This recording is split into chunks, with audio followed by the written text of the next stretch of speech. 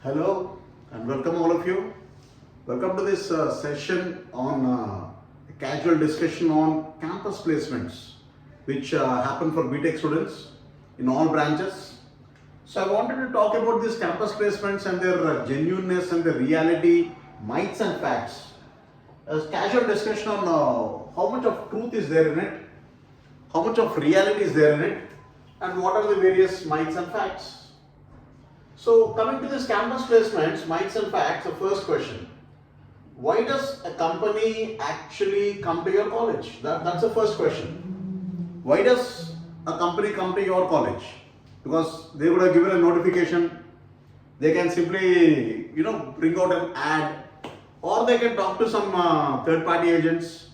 Why actually should they come to a college and recruit? That's the first thing. Then obviously the answer is also very simple. Plenty of talent. They come to your college only because there's plenty of talent at one single space and it's easy. That's a positive thing actually. They get a large set of candidates in a very short span of time. That means they'll get around 60, 100, 200, 300 students and they get all of them at the same place. So it's easy for them to select it. It's actually quite easy for them to select. So that is the first reason, that in campus selections they have a wide range of choice to pick up. So obviously it's a positive thing. I am not against that somebody is coming to your college and picking you up. Now comes the second thing. The negative aspect. The previous was the positive. The negative aspect is the company could be so notorious that nobody is willing to join them and everybody knows about the company. So company is so notorious that nobody is joining it. That means it could be a blacklisted among the locals. So they're going to a very far away college. Like somebody, it could be a place in one state and they're going to some other state and picking up people so that they don't know about the negative aspect. So the company is notorious and blacklisted among locals that nobody is joining. This could be in fact, because see, I've seen even IIT Bombay, IIT Mumbai blacklisting out 9 companies from hiring. So this is quite common that some companies are not preferred, they're blacklisted, then they go to some other place and then try their luck. So that could be one reason. So check these things also. The positive thing is, this is another really positive aspect. They get raw talent, young talent, and with very low pay scales, if you go to campus placements, which can be trained to be potentially quite useful. If you train that young talent or that young people, they could be on par to some of the best minds. In that way also, positively if you think about the positive aspects, they are coming for that reason also for campus placements. So this could also be the reason why they go for campus placement, because there's a lot of young talent and this young talent can be properly trained, and if you can train them, they become the best brains. So this is also another positive aspect. Now comes the next, another really genuine question. Are these campus placement jobs genuine and reliable? Are they really genuine and are they reliable? This is a very big question. This is a very big doubt. Let me again discuss the positive aspects. The positive aspects is, it's a very good way to begin the career. If the work area is relevant to your qualification and aspirations, if it is relevant to what you have studied and what you are aspiring for, and if the job is relevant to it, it's undoubtedly a very good positive thing. It's undoubtedly positive. That's the positive aspects of genuineness. So if somebody asks me, are the campus placements genuine? Then my answer is yes, it is genuine if it is relevant to your job.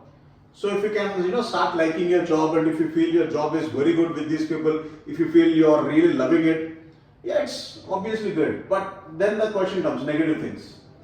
Most campus placement jobs are tough. They're tough. They're very routine, mundane, that most experienced don't prefer to join them. Most experienced people don't really prefer joining them because they're so boringly routine, or they're sometimes underrated. That's one of the reasons why campus placements may be genuine, but still the nature of the job is not very, very positive thinking. So sometimes the job is so boring enough, that exactly people don't like it. So there can be a lot of such things. I'm talking of positives and negatives both ways. Then the negative is jobs are not technically sound and may not be much connected to the qualification or for your education. Like, they call you for genuinely saying site engineer, and actually they make you do all, third category work of carrying material, taking some material from here to there, carrying physical work. Then you are a BTech engineer and your post is site engineer, and then you are doing something very boring. So those things you should actually look out. That's one negative aspect of campus placements. Because see, you are a fresher. When you say campus placement, you are a fresher. And in fresher, they expect all sorts of wide variety of tasks which are not preferred for even engineers also. So that's one negative aspect, no doubt about it. So sometimes, you may be doing such jobs which are totally boring and, totally irrelevant to the qualification. See, look at these people doing something very routinely, assembling wires, and they could be from BTech electronics and they're just connecting wires. So these are things where, we can't really genuinely talk about it. Yeah, the next vital question. Is it true that a single job offer is given to multiple candidates? Is it true that single job offer is given to multiple candidates? That's partly talking of the negative aspects only, no doubt. It is true that a candidate is likely to leave the job. The jobs are so routine, so boring, and they have selected a pool of people because they know that this person is going to leave in 3 months, or they know that this person is going to leave in 6 months. They know that nobody can do that job beyond 10 months. So they're keeping people in pipeline. So that's where campus placement jobs most often are allocated to multiple people. Yes, a candidate is likely to leave the job within a few days or a few months. So obviously they keep people in pipeline, and that's no doubt the same job you can see the people doing repeatedly. Somebody is leaving, somebody is entering, somebody is leaving, somebody is entering, and they're all in a loop actually. They're all put in a loop. So yes, one offer is given to multiple things. There's a continuous pipeline of candidates. The earlier the candidate leaves, the faster the replacement is done. If a candidate is leaving much early, 3 months, you are likely to get your appointment letter in 3 months. Offer letter is given to you, but the appointment letter comes only depending on the previous candidate's exit. So that's where these things are putting things in a pipeline actually. That's what I mean. It's completely a loop line. So it's all about you going into the funnel, dropping out, coming out, and the next person is put into the funnel. So that's where actually things are really not very positive. So it's sure that nobody is going to stay in the funnel for long. You have to come out and the next person has to be pushed in. So that's how actually campus placement jobs work out to be. Now next, another positive thing. Why are TCS or Deloitte or Wipro or Infosys hiring so many students? Now genuinely, I should not say that campus placements are every time boring and useless and they are meant only for subgraded jobs. Then why is TCS or Wipro or this Deloitte or Accenture, why are they hiring exhaustively? The reason why they hire is, positively speaking, they are consultancy firms who need a wide range of talent pool for their clients or for their own projects. So since they are consultancies, they need to supply the talent pool to different companies or their own projects that they have. Since they are software consultancies and things are dynamic there, they need talent. That's one of the reasons why they actually hire. So no doubt, the talent requirement is too high, especially in coding part or in software industries.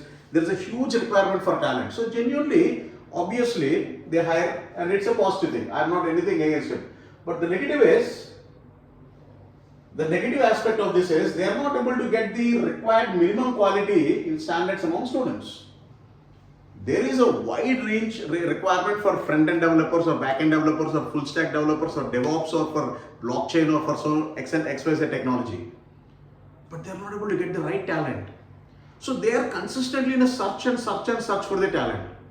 The talent could be from a tier 1 college or from a tier 1 city. It could be from a tier 3 college or from a remote location or from a rural area. But they are consistently in search of talent. So they are not able to get the required minimum quality standards. See the talent shortage over time. See this graph. In 2022, the talent shortage is as acute as 75%. From 2009, where the talent shortage was only 30% was the talent shortage. Now it's grown to 75% in 2029, and in 2024, we don't know what's the situation. So that's where genuinely, though hiring is happening, it's not very positive. The negative thing is, These students are used as plan B for most of their projects. They're put on hold. So they acquire, they take you, and you're only a plan B because you're not really talented enough. So you're put on bench or you're put on hold, and you're only treated as a plan B but not their primary plan. So that's where talent shortage is seriously dangerous. So talent is needed. Students cannot come out of the college with a degree and say that I am worth this degree. Your talent is not a piece of paper. Your talent cannot be just with your college name, or your talent cannot be with a brand of your BTech or your college brand. Your talent is your own caliber, which you got to improve. So there is a serious need of talent. Otherwise, your campus placement ends up very badly. Next, what are the factors to take care before joining a job through campus placements? Yeah, this is, I think, another fact you should be taking care. Because see, nowadays the situation is very pathetic that parents come to the college, join the student and ask, will my ward or will my son or daughter get a job after 4 years? They don't ask, make him talented enough. They don't ask, make him confident enough that he can do job anywhere. They only ask, will we get a job after 4 years?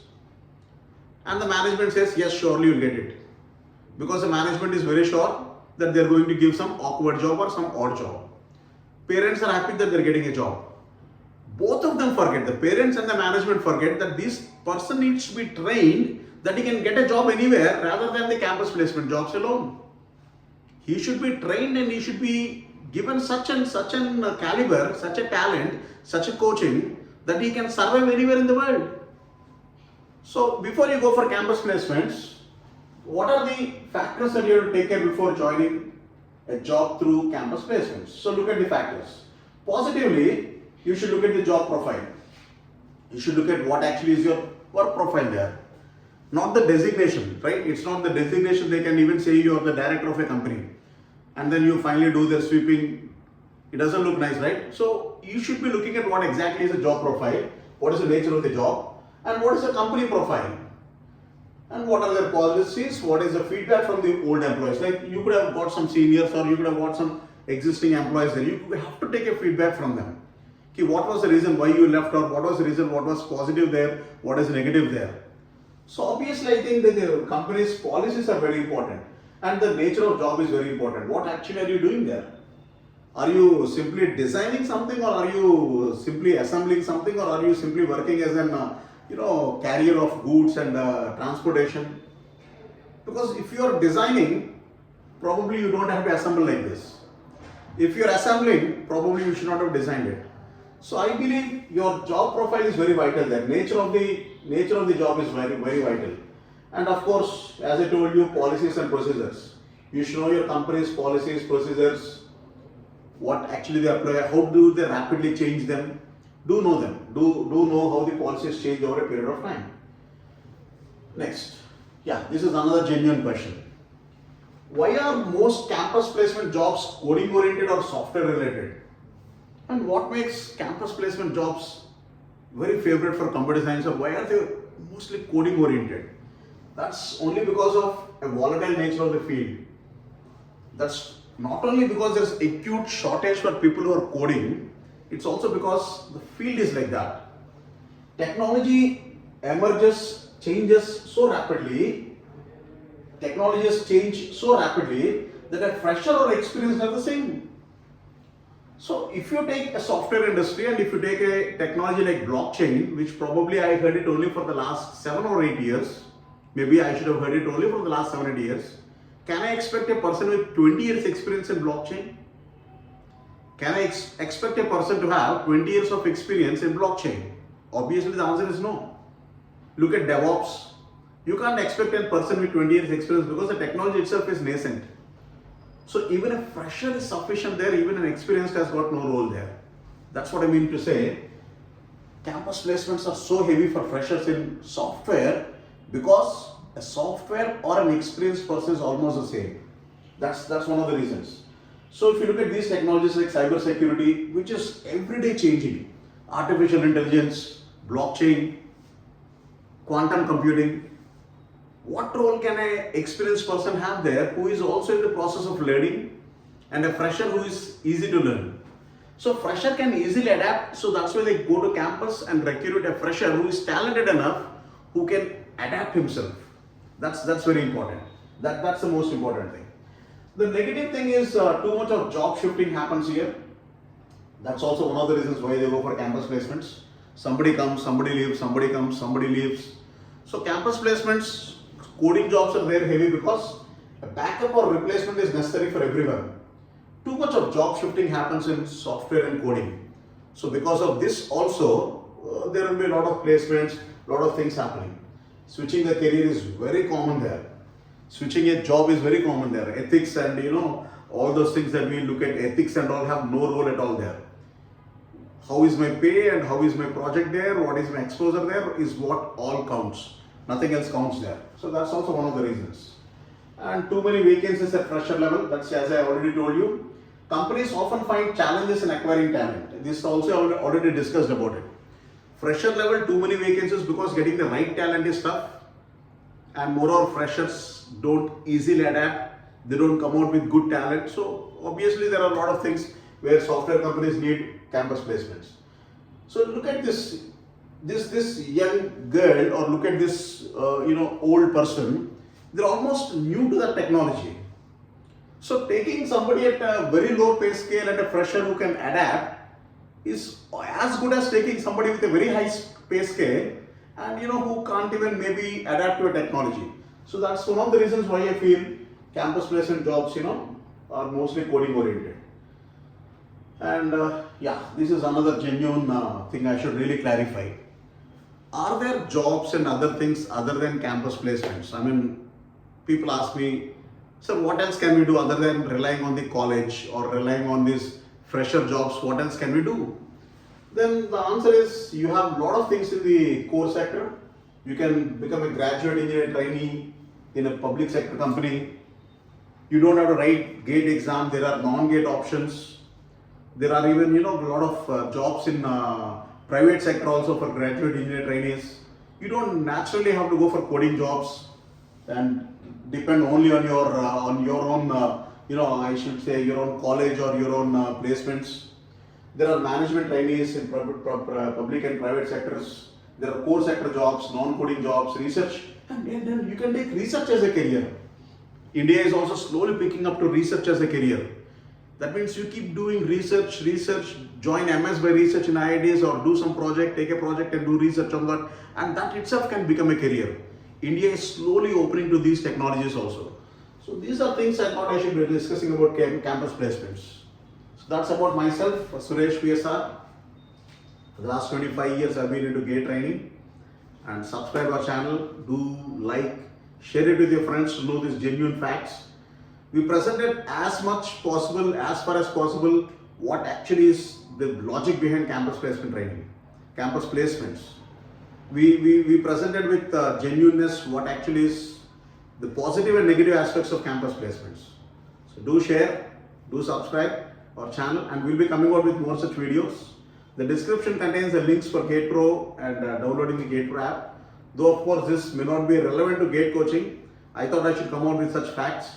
So frequently we are trying our best to give such videos where we come out with facts on such campus placements or general topics other than GATE. Because 99% we've done videos only on GATE, but this is an exception. We have come out with one video not on GATE coaching or electronics or electromagnetics. So we'll be doing such videos. See you soon. Take care. Bye bye. Like, share and subscribe. Goodbye.